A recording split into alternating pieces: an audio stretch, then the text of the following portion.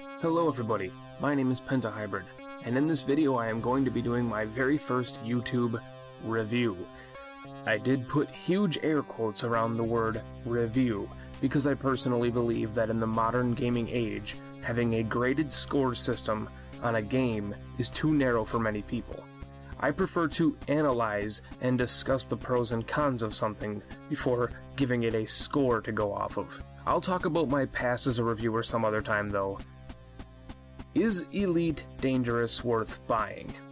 Is it bland space travel? Does it improve from this point on? Well, here is my perspective.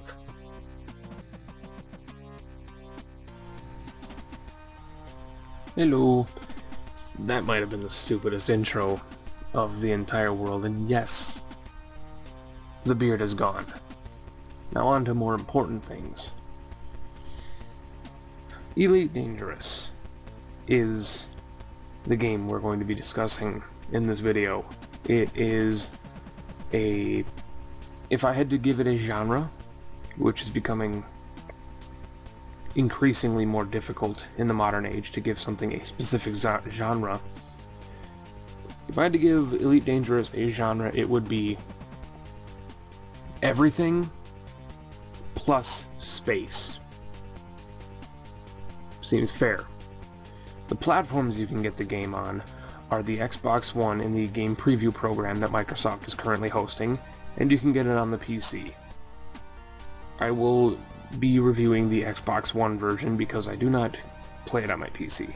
I will add a couple of things that the PC has, some of the differences the PC version currently has, such as more decals, an easier way to get decals for your ship, such and such, and of course prettier graphics, which everybody's gonna make a hubbub about, is, oh, the Xbox One isn't as pretty as it's a gorgeous game, just shush. So, as you may have known, I have been playing Elite Dangerous for, 2-3 weeks now. I've enjoyed my time with it. It's been mind-blowing experience as far as vastness can be concerned, with the depth and the scope that a game can have. And there's ongoing conversations now, even more so since No Man's Sky came out with, I believe, IGN and released their 18-minute gameplay demo, and people are talking about, you know, the big three. The big three. You got your Star Citizen, you got your No Man's Sky, you got your Elite Dangerous. Which one is better? And I'm reviewing Elite Dangerous today because its current state is the only one that is out. It is the only one that I've played, and so currently it's the best one, and it may remain that way, and we'll get into why in a little bit. So we're going to start with the first pro that I have, because as I may have mentioned in the intro, that I don't do, you know, typical reviews of games. So I'm going to lay down some pros, I'm going to lay down some cons, I'm going to tell you my final thoughts, probably throw you guys a score, you know, just a guest score, to give the people that come for that something real quick. First pro I want to talk about for this game is the endless space exploration. And you may be saying, but Scott, but PentaHybrid, it's not endless. It can end. There is a limit to as far as you can go. True. But it would take 700,000 years in real life time to travel between each star system in that game for one person. 700,000 years. Trust me, you've seen it in my videos if you've watched. I've been in the game within one system, 1 out of 400 billion. Within one system, it took me 25 minutes to make it across the entire system. From side to side. 25 minutes. In hyperdrive, or in Super Cruise, max speed, I was going 680 times the speed of light. 25 minutes.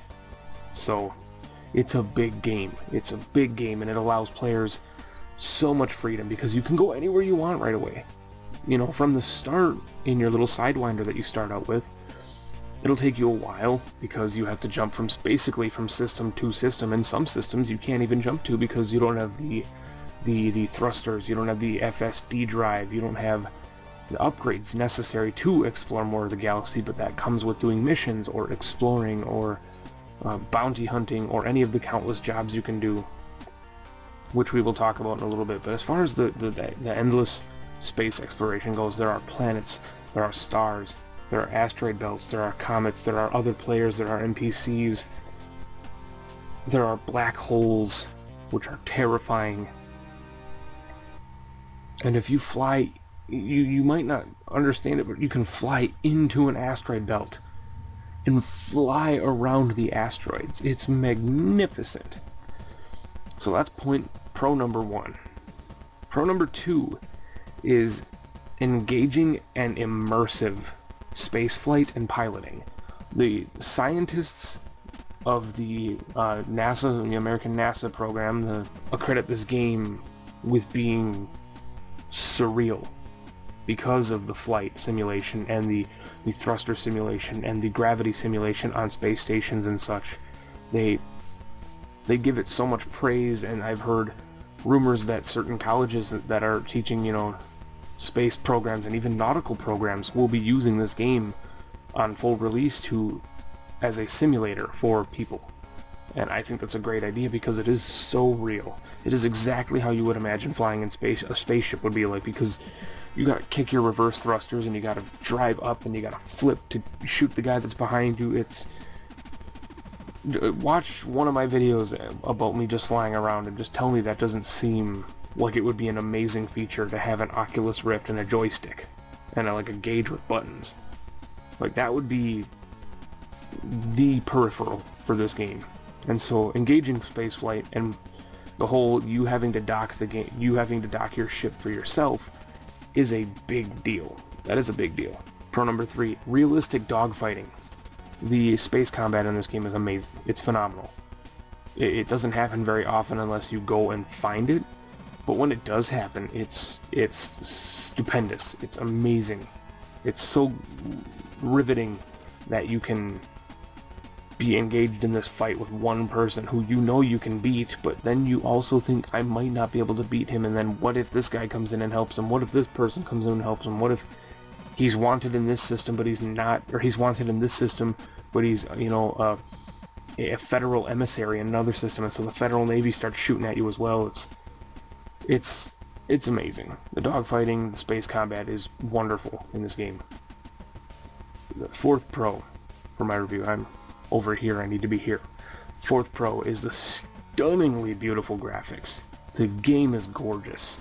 It is eye-opening the first time you fly into a spaceport. It is eye-opening. There's not a whole lot going on, but there's a lot going on. And they plan on adding to that in future updates.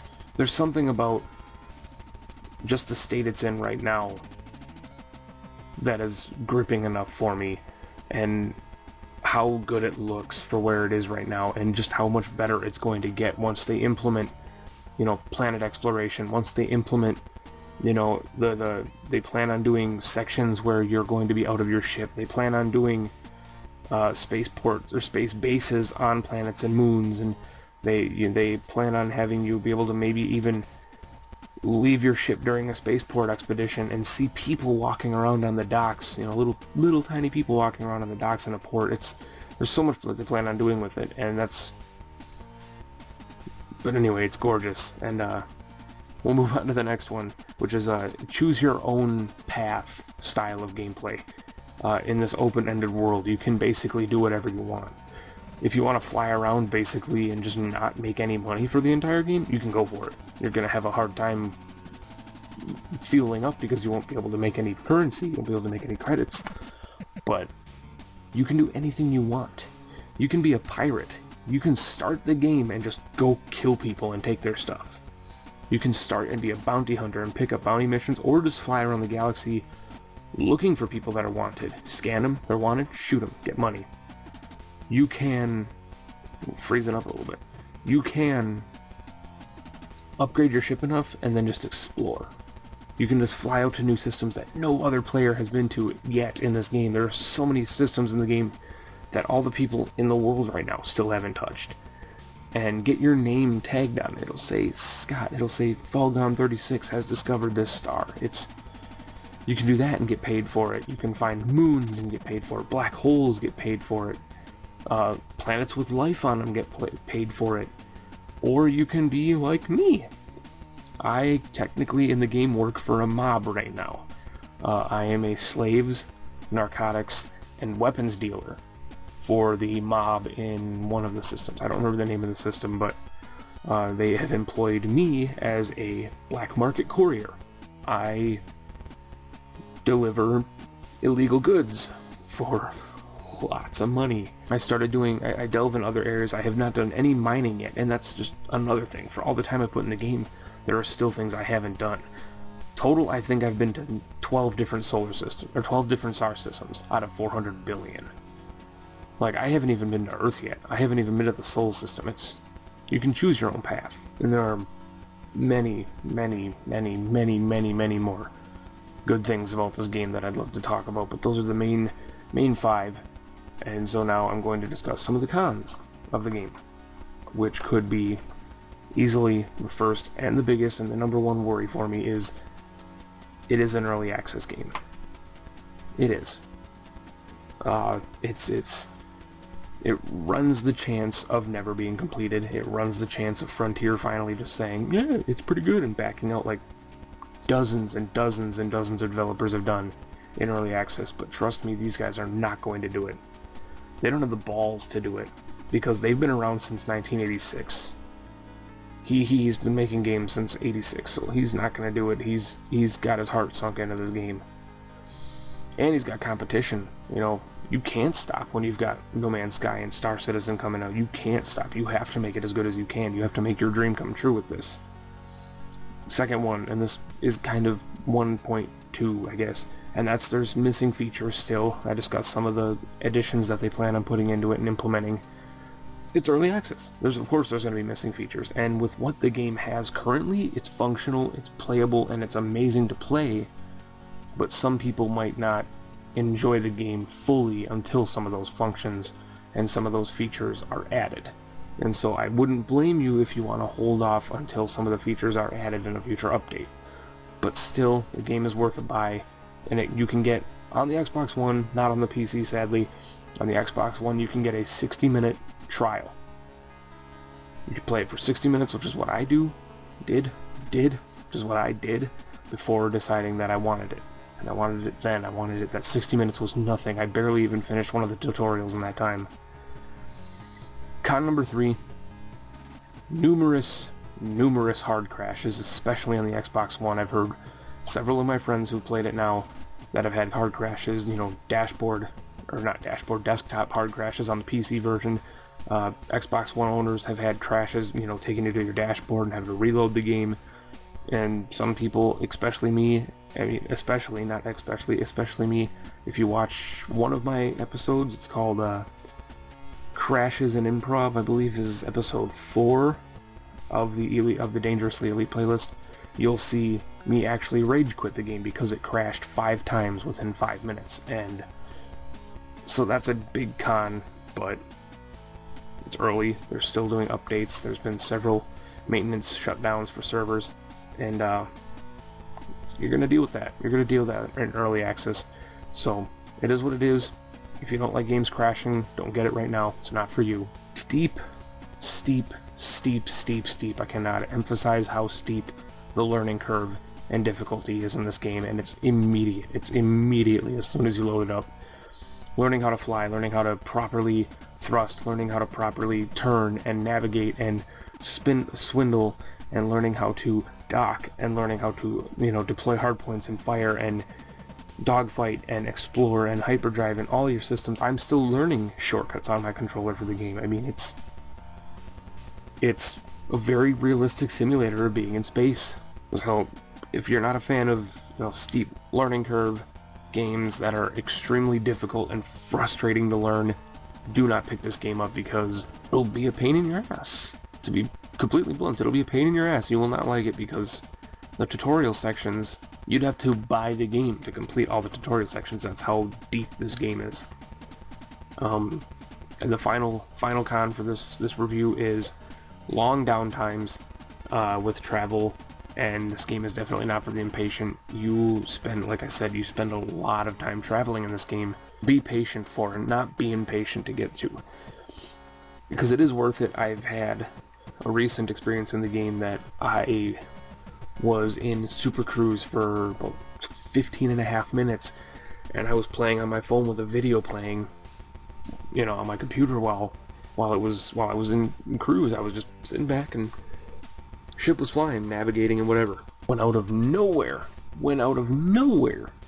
all of a sudden, you know, targets hard points, or targets weapons deployed or something, and I was just getting my shields knocked out.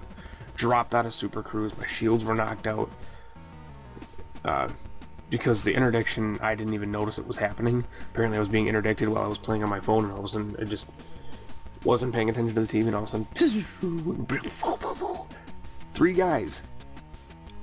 two guys, both in Sidewinders, both very weak, harmless. Their ranking was harmless, but they were after me because I had 30 tons of narcotic slaves and weapons in my cargo hold that I was delivering to the same spaceport. So I was going to be making bank with about 800,000 credits. And these guys were just probably pirates, new to the game, probably hopped on and wanted to, you know, say, this guy's got a bunch of shit, let's kill him. Tried to shoot me down. I took them both down. I ended up making away with like 2,000 credits off of one of them. They were wanted for something, and probably piracy. And yeah, it's those events that you have to wade through the downtimes to do. So don't buy this game for those reasons. But weigh the good against the bad and make your decision based off of that. That is my perspective and my personal outlook on Elite Dangerous. Should you buy it? That is up to you. Do I think it's a good game? Yes, I do. Do I recommend it? No. I do not recommend it unless you are the specific type of player that will like this game. Because full price on PC right now, I believe, is a $60 cost. And if you buy a game for $60 and find out that you don't like it, it can suck. Trust me, I've been there, I've done that. So, take your time. You know, hopefully this review helped you make your decision. Watch some of my videos. I'm not going to self-promote myself like a douche, but if you really need video proof on whether or not you want this game, watch some of my videos on it. I've got like 6 of them up right now. There will be more to come in the next few days. Make your decision based off of that. If it looks like the game you want, buy it. Bet your ass buy it. It's worth it. On the Xbox One, you can get it about 20% off because it's game preview program, and you can even play it for an hour for free on the Xbox One. So if you're a PC owner, watch some of my videos. It doesn't quite reflect what the PC is, but it shows you what the game can do. So thank you very much. I really hope you enjoyed this. And now for the cheesy part of the review where I give it a made-up score for the people out there watching that actually appreciate scores as a system. If I were to give Elite Dangerous in its current state a score, if I had to score it for you guys, I would give it an 8.5 out of 10. I would give it an 8.5 out of 10. I would give it a B+. I personally think this game is going to be phenomenal. I think it's going to be the king of all the 3 big ones right now. Star Citizen looks phenomenal. No Man's Sky looks pretty good. But Elite Dangerous, I've gotten my hands with. So I've got my hands on it. So there's that draw already. And it's going to be hard to pull me away from it. So thank you guys so much for watching. I hope you enjoyed this. There might be more of these to come. I have no idea. I might make a vlog in the next couple of days to talk about my reviewing history, my past with GameSpot and GameFAQs and stuff like that as a reviewer. And it's just really weird for me to do reviews because I don't like telling people what to think about stuff. So there might be more of these to come. If you enjoy this review, let me know in the comments down below. Leave a like, subscribe to the channel if you haven't. And until the next video, you guys keep on gaming. I'll catch you later.